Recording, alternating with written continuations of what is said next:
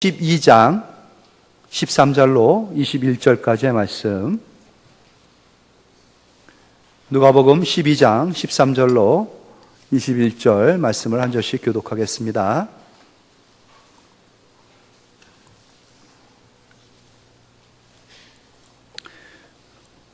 (12장) 13절 말씀이죠. 13절 제가 있습니다. 무리 중에 한 사람이 이르되 선생님, 내 형을 명하여 유산을 나와 나누게 하소서 하니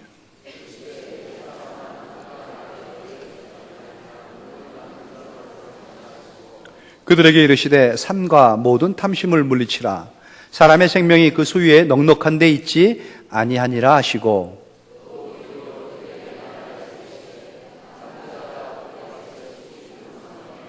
심중에 생각하여 이르되 내가 곡식을 쌓아둘 곳이 없으니 어찌할까 하고,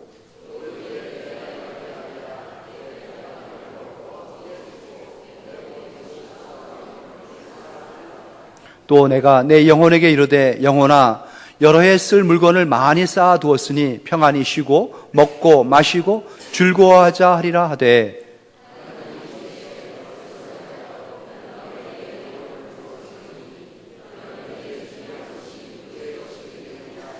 같이 합니다. 자기를 위하여 재물을 쌓아두고 하나님께 대하여 부여하지 못한 자가 이와 같으리라. 아멘. 예, 오늘은 본문을 중심으로 해서 헛된 삶을 사는 산무자, 산무, 세 가지가 없는 사람, 세 가지가 없는 사람입니다. 제목의 말씀을 드릴 때, 이 세 가지가 없는 사람은 헛된 삶을 사는 사람이구나 라고 깨닫고요.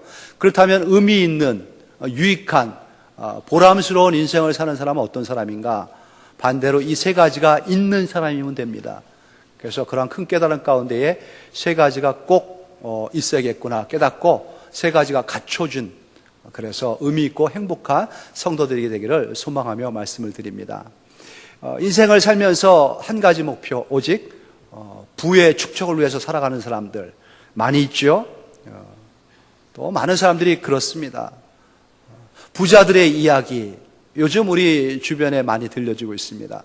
우리나라 최고의 부자는 누구죠? S그룹의 이건희 회장입니다. 다 알고 있기 때문에 실명 거론해도 이상 없죠. 이건희 회장, 그분의 재산이 얼마인지 아세요? 우리 돈으로 37조입니다. 37조. 37조가 얼마인지 전혀 우리는 상상도 못하죠. 우리나라의 최고 부자고요.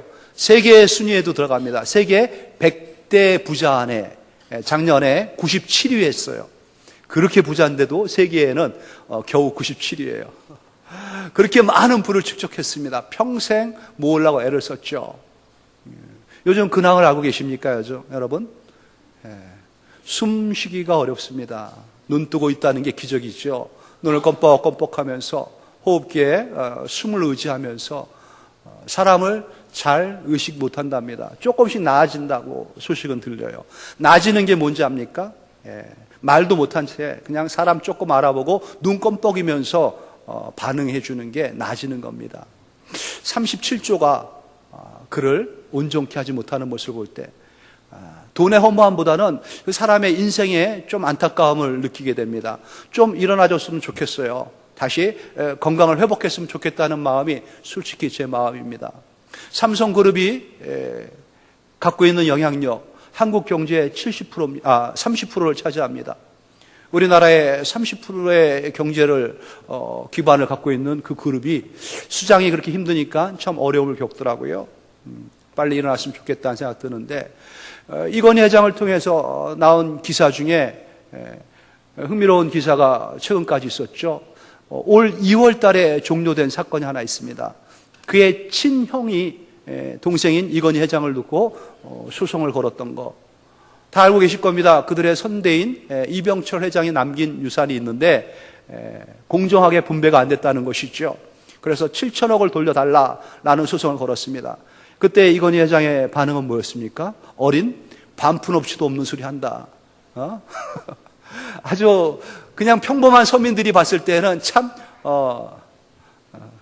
어떻게 있는 사람들이 저럴까 싶을 정도로 진흙탕 싸움을 형제간에 벌였습니다. 유산 가지고 싸움이 많이 일어나는 것은 있는 사람이나 없는 사람이나 똑같다라는 걸 깨닫게 되죠. 유산뿐이겠습니까? 또 얼마 전에 롯데 신격호 회장의 기사가 났죠. 그분에 대한 기사는 아니고 그분의 조카들의 이야기입니다. 신 회장의 여동생이 죽었어요. 죽고 나서 신 회장이 문상을 갔다 온 것 아니겠습니까? 그리고 나서 그 조카들이 서로 싸우면서 소송까지 간 겁니다. 무슨 이유인지요? 신 회장이 낸 부조금이 공정하게 분배가 안 됐다는 것이에요. 그래서 한 형제가 자기 형제들을 놓고 소송을 걸었어요. 아직도 소송 중입니다. 그러면 절대적인 증인은 누굽니까? 낸 신 회장 아니겠습니까? 얼마를 줬다 밝히면 되는데 신 회장은 그걸 밝힐 수가 없는 거죠. 금액을. 자기들끼리 겨우 1,000만 원 준 거 가지고 그래서 공평하게 너도 600만 원 줬는데 뭘 따지느냐. 근데 소송을 건 동생 이유는 그게 아니죠. 10억을 줬다는 겁니다. 자기한테는 겨우 몇백만 원 주고 그래서 억울하니 못 살겠다 하면서 소송을 건 거예요. 그러기에 여러분 내 자손들이 서로 의가 갈라져 가지고 분란 가운데 분쟁하면서 의절하게 하는 방법은 간단합니다. 제법 유산을 남겨주면 됩니다. 그리고 돌아갈 때 영향력 있게 돌아가시면 됩니다. 그럼 그 부조금 가지고 우리 자녀들은 마음껏 싸우면서 의가 상해가면서 갈라질 테니까 말이죠. 이게 요즘 실태입니다. 요즘만 돈 밝히는 세대만 그러냐? 그렇지 않은 거죠. 지금부터 2000년 전에 성경에 기록되어져 있는 말씀, 오늘 예수님을 찾아온 이 본문의 주인공도 그러한 사정을 갖고 찾아온 것입니다. 예수님께서 사역을 하시면서 아주 공평한 사역을 했습니다. 정의로운 사역을 했죠. 그러니 예수님은 그 목말라 있는 이 유대 사회에 아주 인기가 치솟기 시작한 겁니다. 예수님의 소문이 삽시간에 퍼졌습니다. 가난한 자, 병든 자, 없이 사는 자, 힘든 자 편이 되어가지고 그들을 돕고 위해주는 모습이 여간 좋았던 게 아니었죠. 진리에 목말라 있던 자들도 마찬가지입니다. 다 이런저런 이유 가지고 예수님한테 모여들어 예수님의 은혜를 구하기 시작합니다. 그런데 그 모여드는 사람이 얼마나 많은지 구름대 같은 사람이 모입니다. 모여들면서 자기들끼리 치이기도 하고 밟히기도 합니다. 그 모습이 12장 1절에 이렇게 소개하며 시작하죠. 1절 말씀 보세요. 그동안에 무리 수만 명이 모여 서로 밟힌 만큼 되었더니 수만 명이 모이는 거예요. 예수님을 중심으로 해가지고 서로 짓밟힐 정도까지 된 겁니다. 그런데 오늘 이 본문의 청년은 이 사람은요 너무너무 억울한 겁니다. 분한 겁니다. 잠을 못 잘 정도로 말이죠. 답답합니다. 자다가도 벌떡 일어나고 식음을 전폐할 정도로 고민스러운 문제가 인생 가운데 생긴 겁니다. 그래서 고민하는데 아무도 자기 편이 돼주지 않습니다. 이 억울함을 해소해도 해소할 길이 없는 것이죠. 근데 예수님의 소문을 들은 겁니다. 정확한 분이 오셨다는 것이죠. 공평한 분이 왔다는 겁니다. 옳았구나. 저분이라면은 내 인생의 문제를 깔끔하게 해결해 줄 수 있겠다. 그 생각이 일어나기 시작합니다. 자리를 박차고 일어났습니다. 그리고 예수님께 달려나간 거죠. 소문을 듣고. 그런데 웬걸 얼마나 많은 사람들이 움집해 있는지 거기를 헤쳐나가는 겁니다. 내 문제가 얼마나 크고 내가 얼마나 억울하고 답답한 사람인데 그 마음 일념 하나 가지고 그 많은 사람들을 헤치고 나갑니다. 사정도 하고 협박도 하면서 그렇게 뚫고 나가서 결국은 예수님 앞에 그는 나왔어요. 예수님을 맞닥뜨리게 됐습니다. 그리고 예수님 앞에 자기의 억울함을 호소할 수 있는 그 입장이 된 것이죠. 그의 억울함이 뭡니까? 1절 말씀, 오늘 본문 13절 말씀이에요. 무리 중에 한 사람이 이르되 선생님 내 형을 명하여 유산을 나와 나누게 하소서. 유산 배분의 문제였습니다. 억울한 거였죠. 내 형에게 명령해가지고 그 유산을 나에게 좀 공평하게 나눠달라고 예수님 그렇게 좀 해주세요 하고 부탁을 하는 겁니다. 얼마나 이게 문제가 됐으면은, 얼마나 고민이 되고 답답했으면은 이 사람이 이 문제를 안고 그 어려움을 무릅쓰고 예수님께까지 왔겠냔 말이죠.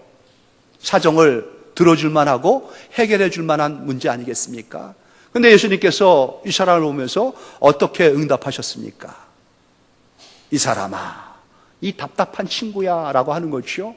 그리고 주님이 그 사람에게 하신 말씀은 이 어리석은 자야, 이 바보 같은 인생아, 이 헛 인생아 하고 책망하는 것입니다. 이렇게 억울한 사람에게 주님은 공평하게 그 문제를 해결해주고 답을 주진 않은 망정 도리어 어리석은 자라고 핀잔을 주면서 꾸중을 하시는 오늘 예수님의 모습.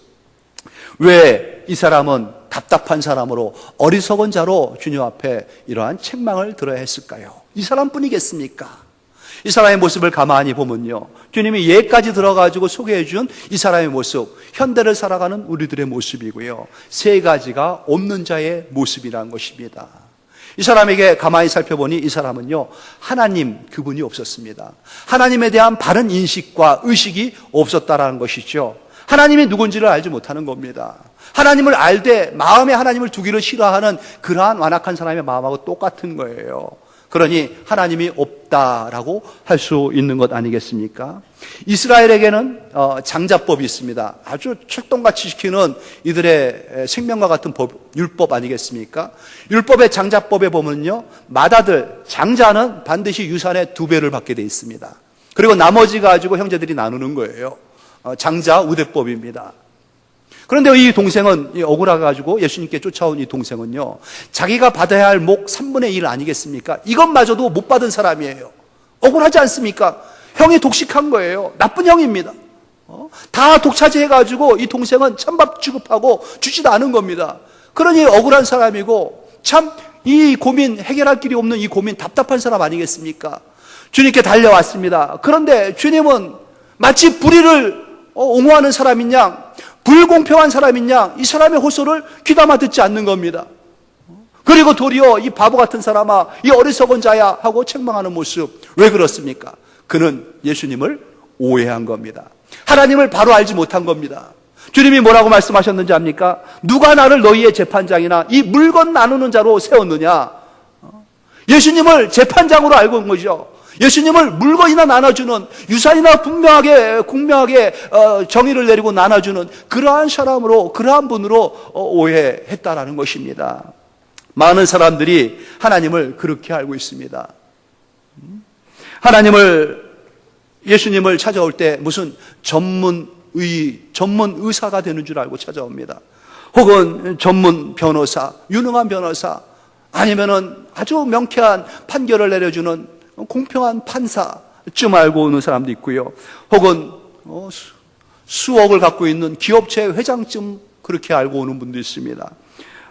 또 어떤 사람은요, 예수님을 유능한 전문 지식인으로, 학자로 알고 오해하고 오는 분들도 있죠. 그래서 그들은 자기들이 없는 돈을 예수님께 요구합니다. 자기들이 없는 직업을 예수님한테 구합니다. 자기들에게 고치지 못하는 병을 고쳐달라고 합니다. 자기들이 해결할 수 없는 그 문제, 없는 직장과 못하는 결혼을 하나님 앞에 요구하면서 결혼시켜달라고 조릅니다.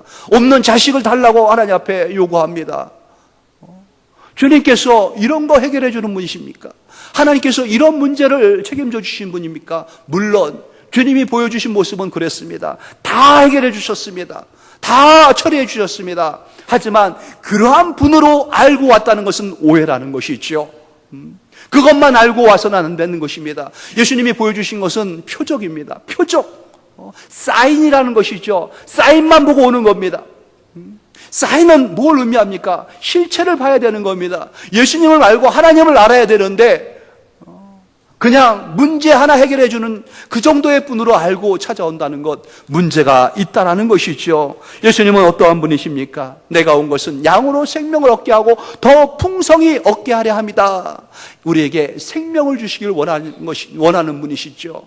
생명에게 관심이 있습니다. 우리의 영혼에 관심이 있는 거예요. 이 영혼이 영원한 지옥불로 떨어지는 것을 원치 않는 분, 이 영혼을 살려가지고 영원한 생명을 주길 원하시는 분, 그래서 멸망치 않고 영생을 얻게 하려 합니다. 성부 아버지의 마음과 같이 누구든지 저를 믿는 자에게는 영원한 구원을 주시기 위한 그 목적 가지고 이 땅에 오신 것이지요. 그런데 그 수많은 군중을 해치고 그 어려운 자리까지 나와서 그 힘든 시간에 예수님 앞에까지 만나는 영광을 차지하고 예수님하고 대화할 수 있는 그 영광까지 차지한 사람이 그 입에서 나오는 말이 뭡니까? 고작 재산, 욕심이 가득한 가득한 마음 가지고 재산 하나 챙기려고 주님 앞에 그것을 요구하고 있는 이 사람의 모습, 어리석은 자야, 네가 나를 몰라도 단단히 모르는구나, 네가 오해했어도 단단히 오해했구나 라고 책망하시는 것입니다. 어리석은 부자, 여러 해 쓸 물건을 쌓아놓고 사는 자입니다. 그 사람이 뭐라 하는 자입니까? 내 영혼아, 이렇게 많은 재산을 쌓아놨으니 이제 평안히 쉬고 먹고 마시고 즐거워하라. 오해하고 있는 겁니다. 자기의 영혼이라고 부르고 있지 않습니까? 영혼이 자기 영혼인 줄 알고 있습니다. 생명이 자기 생명인 줄 알고 있습니다. 이 몸이 자기 몸인 줄 알고 있고요, 인생은 내 인생이라고 그러면서 노래하고 주장하고 살고 있는 사람입니다. 절대 그렇지 않죠. 내 몸이라고 말할 수 있는 것 있습니까? 내 몸인데 왜 내 마음대로 안 됩니까? 내 인생인데 왜 내 마음대로 인생이 펼쳐지지가 않습니까? 주인이 따로 있는 겁니다. 하나님이시죠. 영원한 생명을 주시는 그 하나님을 만났다 하면은 이 청년의, 이 남자의 인생은 변했을 터인데, 그는 예수님을 만나놓고도 단순하게 하나님을 모르는 상태에서 그 문제 하나 해결하려고 여기까지 쫓아왔던 것이죠. 안타깝습니다. 참 영혼의 주인 되시고 인생의 주인 되신, 생명의 진원지 공급처가 되실 예수님을 만날 수 있는 기회 놓치지 마시기 바랍니다. 두 번째, 이 사람에게 없는 것이 하나 있죠. 그에게는 이웃이 없습니다. 나 위주의 인생을 살아가는 사람의 모습. 이 사람 마음에 가득 차져 있는 것은 무엇인지 압니까? 지금 이 사람에게 충만하게 마음에 채워져 있는 것, 정의로운 것, 공의로운 것, 공평한 것, 이런 것들로 채워져 있는 게 아닙니다. 실제 이 사람의 마음에는 욕심이 가득 차 있는 거예요. 탐심이 그 안에 꽉 차 있는 겁니다. 돈에 대한 욕심이 있죠. 그것으로 꽉 차 있는 이 사람의 마음, 주님이 15절에 지적하고 말씀하십니다. 그들에게 이르시되 삼가 모든 탐심을 물리치라. 사람의 생명이 소유에 넉넉한 데 있지 아니하니라. 이 사람은 탐심으로 가득 차 있는 겁니다. 욕심에 충만해가지고 주님 앞에 나온 거죠. 탐심은 뭔지 압니까? 있는 것보다 더 가지려는 게 탐심입니다. 모든 인생의 불행은 비교해서 나온다. C.S. 루이스의 말이에요. 비교해가지고 있는 바를 족한 줄 모르고 저보다 덜하니까 저보다 더 갖고 싶어가지고 마음에 끝없이 채워나가는 거, 이게 바로 탐심이요 욕심이라고 하지 않습니까? 욕심이 우리 안에 잉태해 보십시오. 죄를 낳습니다. 죄가 커 보십시오. 결국은 사망에 가게 되어 있습니다. 이것이 진리 아닙니까? 욕심이 잉태한 즉 죄를 낳고 죄가 장성하여 사망에 이르게 하느니라. 주님은 이 청년의, 이 남자의 그 근본적인 마음의 탐심이 없어지기를 원하고 계시는 겁니다. 소유에 넉넉한데 그 생명이 있지 않다는 것이지요.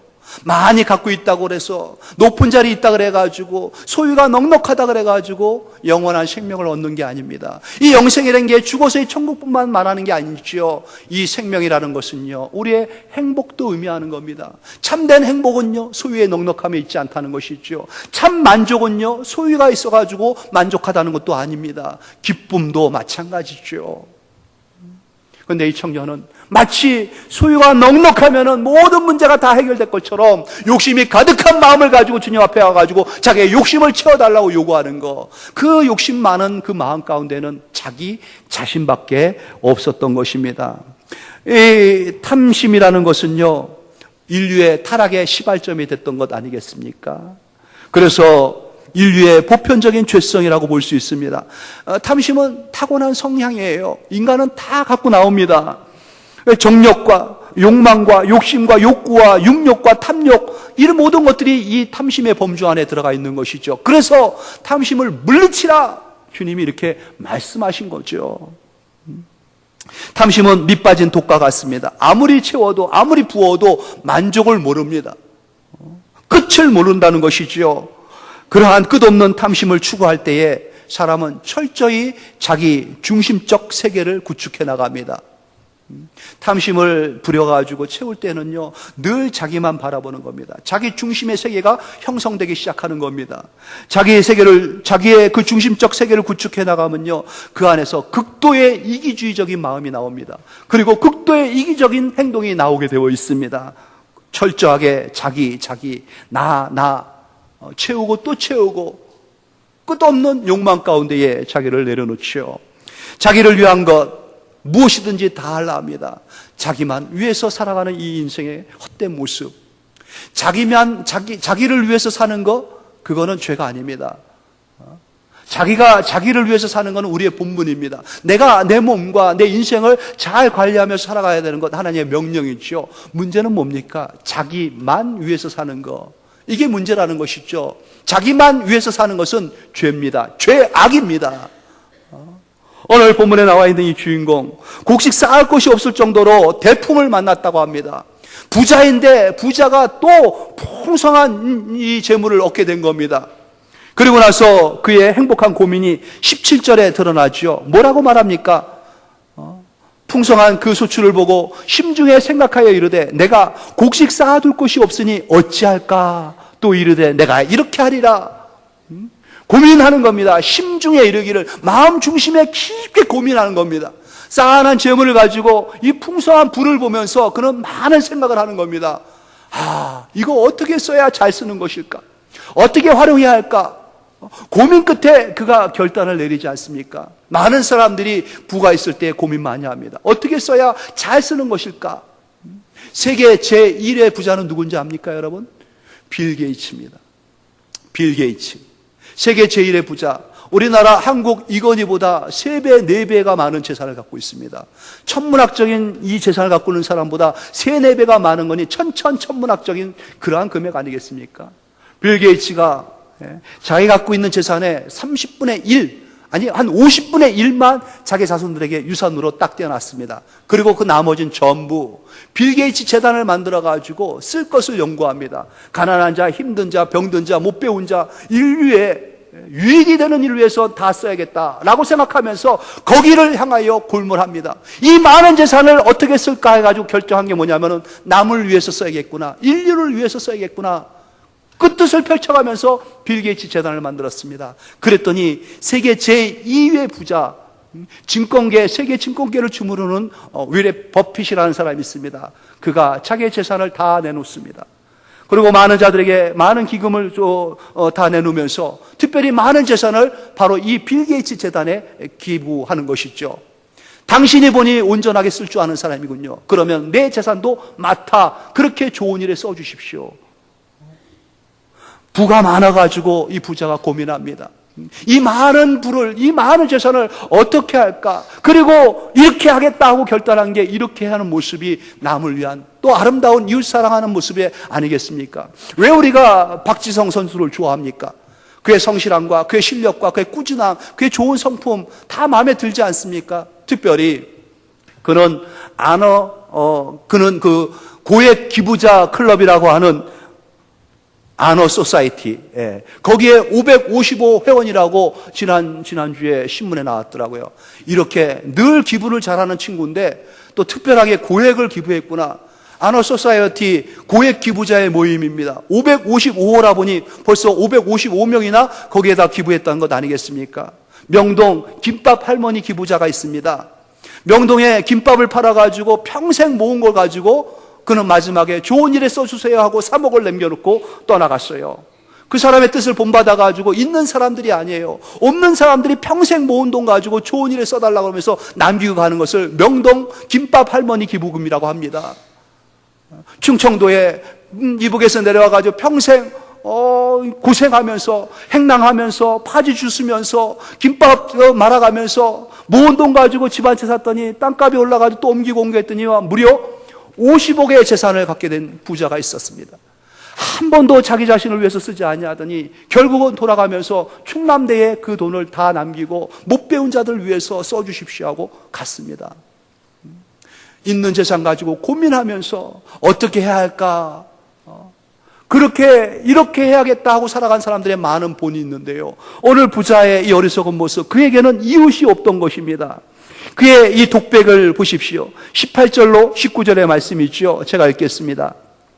그가 생각해서 한 거죠. 또 이르되 내가 이렇게 하리라. 어떻게 합니까? 내 곡간을 헐고 더 크게 짓고 내 모든 곡식과 물건을 거기에 쌓아두리라. 또 내가 내 영혼에게 이르되 영혼아 여러 해 쓸모 물건을 많이 쌓아두었으니 평안히 쉬고 먹고 마시고 즐거워하자 하리라. 짧은 두 절에 계속 반복되는 1인칭 대명사 나라는 그 단어가 보입니까? 내 영혼아, 내 곳간을 헐고 내 물건을 거기에 놓고, 원어상에는요, 오늘 우리 한국 그 번역에는 6번 나오지만은 원어상에는 12번이나 나옵니다. 이 나라는 이 대명사가 말이죠. 전부 납니다. 내 영혼아, 내가 그 물건을 쌓았으니, 내 곳간에 물건을 쌓았으니 내 영혼아 편해라, 내 영혼아 즐거워해라, 내 영혼아 기뻐해라, 내 영혼아 편히 쉬어라. 전부 나의 세계 가운데에서 극도의 자기중심적인 삶을 구축해 나가는 이 사람의 모습 말이죠. 그에게는 도대체 남이 들어갈 자리가 없다는 것입니다. 이웃에 대한 관심과 이웃에 대한 사랑, 아무것도 이에게는 관심이 없었던 것이죠. 이러한 어리석은 자 소리를 듣게 된 것입니다. 이러한 자가 주님 앞에 책망을 받게 된 것이죠. 그러니 이러한 사람에게 또 무엇이 없겠습니까? 내세가 있겠습니까? 하늘나라가 그에게 그려지겠냔 말이죠. 탐심으로 가득한 마음에는요, 하나님이 보이지 않습니다. 하나님이 보이지 않는 사람이 어떻게 하나님이 있는 곳이 보이겠습니까? 어떻게 거기에다 소망을 두고 믿음을 두고 그 나라를 향해서 나아가겠냔 말이죠. 전부 실존적 이 땅에서의 이기성만 추구해 나가는 그 모습, 철저하게 이 땅에서의 쾌락과 향락을 향해서 자기중심적인 삶만 살아가는 그 모습을 보일 뿐 아니겠습니까? 눈이 가려집니다. 영안의 눈이 떠질 수가 없는 거죠. 민수기 22장에 보면요, 이스라엘 백성들의 출애굽 과정이 이렇게 묘사되면서 거의 막바지에 왔을 때에, 광야를 가로지나 갔을 때 모압 땅을 지나가게 되는 모습이 나옵니다. 근데 모압 땅을 지나갈 때 모압 왕, 이 발락이라는 왕이 아주 전전긍긍합니다. 저 거대한 민족, 대단한 민족, 신의 민족이 우리 땅을 지나간다. 큰일 났다. 어떻게 해야 할까? 그 전전긍긍하다 그가 낸 꾀가 하나 있습니다. 그래, 당대에 있어서 아주 유명한 신통력이 있다고 소문난 한 선지자가 있죠. 발람이라는 선지자입니다. 그 선지자를 불러가지고 초청해가지고 저들을 저주하게 하면 되겠구나. 그런 아주 기발한 생각을 한 겁니다. 그리고 사신을 보내죠. 발람에게 보냅니다. 오셔서 우리 왕을 좀 도와줘가, 우리나라를 도와줘가지고 저 이스라엘을 좀 저주해달라. 이런 자에 거부합니다. 그럴 수가 없습니다. 저들은 살아계신 하나님의 백성들이고 나는 그런 거를 계시받은 적이 없다. 못한다. 딱 아주 정당하게 거절합니다. 또 사신이 찾아옵니다. 또 찾아옵니다. 계속 오면서 그에게 많은 물건을, 많은 물질을, 뇌물이지요, 공급합니다. 점점 뇌물을 받다 보니까 마음이 흐려지기 시작합니다. 그리고 더 욕심이 생겼습니다. 만약에 이 작전이 성공하면 더 많은 부와 더 많은, 더 높은 지위를 당신에게 보장해 주겠다. 출세가 보장된 겁니다. 인생이 보장된 거죠. 그래서 그는 나귀에다 짐을 싣고 그럼 한번 가봅시다 하고 길을 떠납니다. 당시 욕심이 마음에 들어왔습니다. 욕심이 마음에 들어오니까 눈이 어두워져 가지고 보지 못하는 겁니다. 그 탐욕을 향해서 달려나갑니다. 근데 가다 보니까는 무슨 일이 벌어졌습니까? 잘 들어야 이 말 못하는 나귀 새끼가 가다 말고 멈춰버리는 겁니다. 이래야 찌찌해도 꼼짝을 안 합니다. 딱 달라붙더니만은 발을 떼지 않는 겁니다. 화가 나가지고 몽둥이를 때립니다. 그래도 꼼짝을 안 합니다. 재치를 들어가지고 때리칩니다. 그래도 꼼짝을 안 합니다. 또 몽둥이를 들라 했더니만은 이 나귀가 벌벌 떨면서 눈을 부라리더니만은 입을 열고 뭐라고 하는지 압니까? 당신은 저게 안 보입니까? 야단을 치는 거예요, 주인한테. 놀라운 일이 벌어진 겁니다, 여러분. 이런 소리 들어봤습니까? 나귀가 말을 하는 거예요. 나귀가 말을 하는 거예요. 오죽 답답했으면 하나님께서 나귀의 입을 벌려가지고 그에게 일깨움을 주겠습니까? 나귀가 입을 열어 당신은 저게 안 보이느냐? 이 발람의 눈에는 안 보인 겁니다. 뭐가 있는지 압니까? 하나님의 사자가 칼을 뽑아들고 내려치려고 그 위협스러운 모습 가지고 딱 길에 버티고 있는데 나귀 눈에는 보이는데 탐욕의 눈이 어두워진 이 발람 선지자의 눈에는 안 보인다는 것이죠. 눈이 가려지니 하나님이 안 보이니 하나님이 계신 곳이 보이겠습니까? 하나님 계신 곳이 안 보이니 그 나라에 대한 준비가 이 땅에서 있겠냔 말이죠. 그리고 결국 그렇게 해가지고 이 땅에 불을 충만하게 쌓아놓다가 하나님 앞에 갔을 때 무슨 말을 듣겠냔 말입니까? 불을 쌓아놓은 이 부자에게 주님이 뭐라고 말씀하십니까? 20절 말씀 보세요. 하나님은 이르시되 어리석은 자여 오늘 밤에 내 영혼을 도로 찾으리니 그러면 내 준비한 것이 누구의 것이 되겠느냐? 땅에서 자기만을 위하여 쌓아놓은 이 인생, 오늘 밤에 네 영혼의 주인이신 하나님께서 네 영혼을 도로 찾아가시면은, 네 생명을 도로 불러가시면은, 네 건강을 꺾어놓고 도로 불러가시면은, 너 쌓아놓은 모든 것들이, 너 예비하고 준비한 모든 것들이 다 누구 것이게 되겠느냐. 오늘 밤에 내 영혼을 도로 찾아가시면은, 도로 불러가시면은 하나님 앞에 뭐라고 말하겠습니까? 어리석은 자, 불신자들의 종착지는 끝없는 지옥입니다. 지옥의 다른 말은요, 무저갱이라고 부릅니다. 무저갱의 뜻은요, 밑이 없다는 것이에요. 끝이 없다는 것입니다. 끝도 없는, 밑도 없는 그곳에 무저갱의 그 주인된 사탄과 함께 들어가게 되는 것이죠. 영원한 불못입니다. 지옥불이에요. 거기에 들어가서 거기에서 고통을 당하는 것 밖에 더 있겠냔 말입니다. 요한계시록 18장에 보면요, 큰 성 바벨론, 세상의 성이 무너지는 소리가 들립니다. 무너졌도다, 무너졌도다. 큰 성 바벨론이요, 음녀의 성이 무너진 겁니다. 거기에 있는 성읍에 있는 성민들, 그 주민들의 모습은 어떤지 압니까? 그 모습에 보면은 화로다, 화이토다, 큰 성이요, 세마포 옷과 자주 옷과 붉은 옷을 입고 금과 보석과 진주로 꾸민 것인데, 그러한 성읍의 사람들, 바벨론의 성에 사는 사람들의 모습입니다. 사치하고 향락하고 탐락하면서 탐심의 눈이 멀어가지고 탐욕의 무덤가에서 자기 탐욕의 무덤만 높이 쌓아갖고 있는 사람들 다 망해버린 것이죠. 모든 탐심을 물리치라 주님이 명하십니다. 사람의 생명이 참된 가치가 소유에 넉넉한 데 있지 아니하다. 주님의 가르침에 귀를 기울이십시오. 예수님의 경고를 무시하고 탐심의 무덤을 높이 쌓아가면서 이기의 세계를 구축해 나가는 그러한 사람들에게 또다시 경고하는 말씀 있지 않습니까? 어리석은 자요, 어리석은 자요, 오늘 밤에 내 영혼을 도로 찾으리니 그러면 내 준비한 것이 누구의 것이 되겠느냐? 성경에는요, 물질이 악하다라는 말씀은 없습니다. 물질은 없어져야 한다라는 말씀도 없어요. 은도 내 것이고 금도 내 것이다, 하나님의 말씀이에요. 모든 물질은 다 하나님의 것입니다. 중요한 건 뭡니까? 물질을 바라보는 그 마음이죠. 돈이 악한 게 아니라 돈을 사랑하는 그 마음이 악하다는 겁니다. 돈을 탐하는 그 마음, 탐심을 물리치라고 말씀하신 거예요. 간밤에도 잘 주무셨지 않습니까? 세계 60억 중에서요, 10분의 1, 6억이라는 사람들이 간밤에 저녁밥을 못 먹고 줄임배를 움켜잡으면서 잠들었습니다. 먹을 것이 없어가지고 그 중에 하룻밤에 4만 명이 기아로 죽습니다. 못 먹고 배고파가지고 죽어요. 우리는 잘 자고 일어났지 않습니까? 더 무엇을 욕심내면서 살아야 된단 말이죠.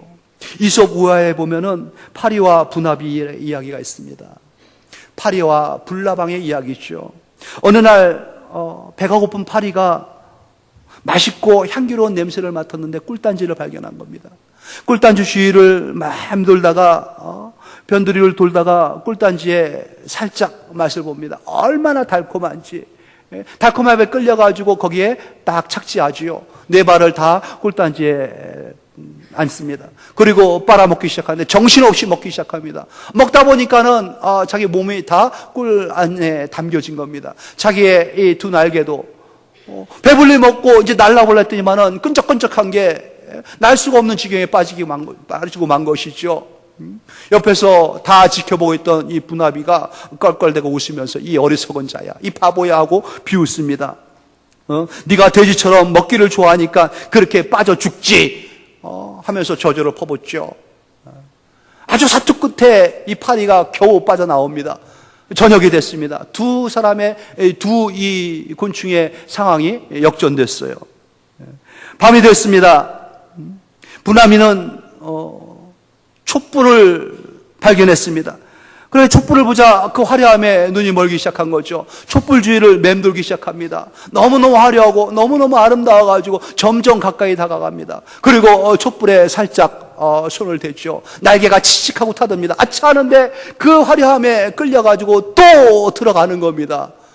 촛불에 온몸이 다 불타가지고 재가 되고 말았어요. 그 모습을 보고 파리가 얘기합니다. 나보고 바보라고 하더니만은 너는 더 어리석은 바보구나. 성경은요, 탐욕을 쫓아 사는 인생, 쾌락을 쫓아 사는 인생을 향해서 항상 경고합니다. 뭐라고 말씀하십니까? 잠언서 5장 3절로 5절의 말씀 이렇습니다. 우리 같이 한번 천천히 읽어볼까요? 시작. 대저 음녀의 입술은 꿀을 떨어뜨리며 그 입은 기름보다 미끄러우나 나중은 쑥같이 쓰고 두 날 가진 칼같이 날카로우며 그 발은 사지로 내려가며 그 걸음은 음부로 나아가니라. 쾌락을 쫓고 탐욕을 쫓는 인생, 이 땅이 다인 줄 알고 이 땅에서 끝없이 자기만의 세계를 구축하며 이기성을 바이면서 살아가는 그 사람들, 하나님께서 어리석은 자야, 이 어리석은 사람아 하고 꾸중을 하면서 야단을 치는 겁니다. 그렇다면 하나님의 칭찬받는 사람의 인생은 어떻겠습니까? 반대면 되는 거죠. 하나님을 아셔야 됩니다. 하나님을 의식하고 사십시오. 하나님을 인식하시기 바랍니다. 하나님을 믿고 사시기 바랍니다. 하나님께서 불꽃 같은 눈으로 나를 보고 계심을 알고 계시고요, 하나님께서는 무소부지하시고 전지전능하신 분이 나와 함께 하신다는 믿음을 가지고 사시기 바랍니다. 그때에 하나님에 대한 믿음 안에서 이웃이 보이기 시작합니다.